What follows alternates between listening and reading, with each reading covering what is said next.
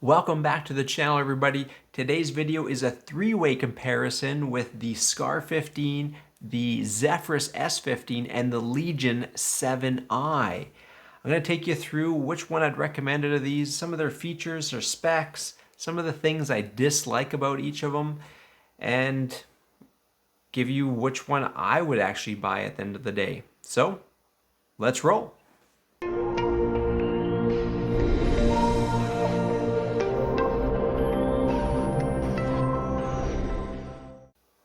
All right, so I've reviewed each one of these, and each one of them has something unique to offer the consumer at the end of the day. But what are the things that really detract away from some of these notebooks? Well, before we get into that, let's go over some of the specs of each of these. So this has the i9-10980HK, so 8 cores, 16 threads. This has the 10875H, 8 cores, 16 threads, just slightly lower. And then this has the 10750H, so 6 cores, 12 threads. So this one certainly is the slowest from a CPU standing. However, it does have more memory packed into it, 32 gigs. This is 16 gigs, 16 gigs. Now, in terms of GPUs, both the Asus models have a 1070 Super Max P, so 115 watts each. Now, the Legion 7i actually has the 2080 Super Max Q. All featured a 1 terabyte SSD NVMe. The Legion actually gets an additional 512 SSD. And then in terms of battery, so each of them have around that 60 to 70 watt hour battery, but overall the Zephyrus S15 takes it with nearly 8 hours of battery life, whereas these two on the other side around about 3 to 4 hours in terms of battery life. In terms of weight, this comes in at around 5.5 pounds, just over 5.5 pounds. The Zephyrus S15, though, this comes in at just under 4.5 pounds. And then, of course, the Legion, this comes in just under 5 pounds. Now, one thing I have to say about build quality. So on the SCAR15, it has a aluminum lid, but plastic everywhere else. So plastic underneath, plastic deck. Overall, kind of cheap, to be honest. The Zephyrus S15. Now, this one is a little unique. This one actually has a magnesium alloy construction. It has this aluminum lid, but then the whole chassis itself has this nice magnesium alloy, which has this kind of textured feel to it, but really great at resisting fingerprints overall, which I found is quite nice. And then, of course, we have the Legion. The Legion is, a mix of aluminum, some plastic on the back, but anything that you're touching, it has aluminum, which is quite nice. And I find fairly fingerprint resistant as well. So let's talk about the RGB.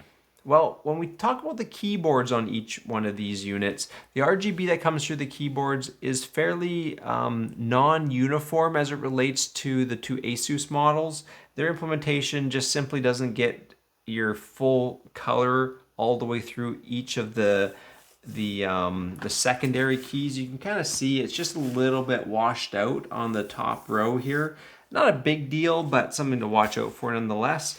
And then I just find that the gradient as it goes through the different colors is a little clippy. And what I mean by that is that you can tell that it's like changing its coloring.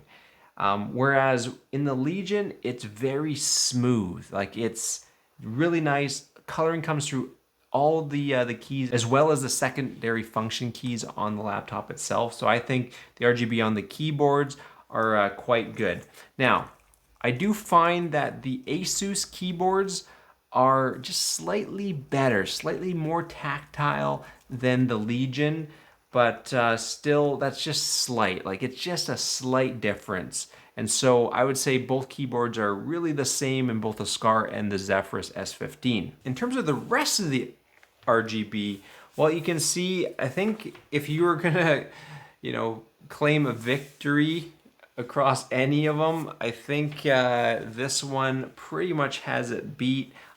Between the strip, well, the front strip on the SCAR15 is probably the loudest and the brightest for sure out of the three of these. I find that this one has the most RGB, especially coming out of the vents here. So in terms of game performance overall, well, in terms of game performance, the Legion really does lead the pack in terms of the value for what you get.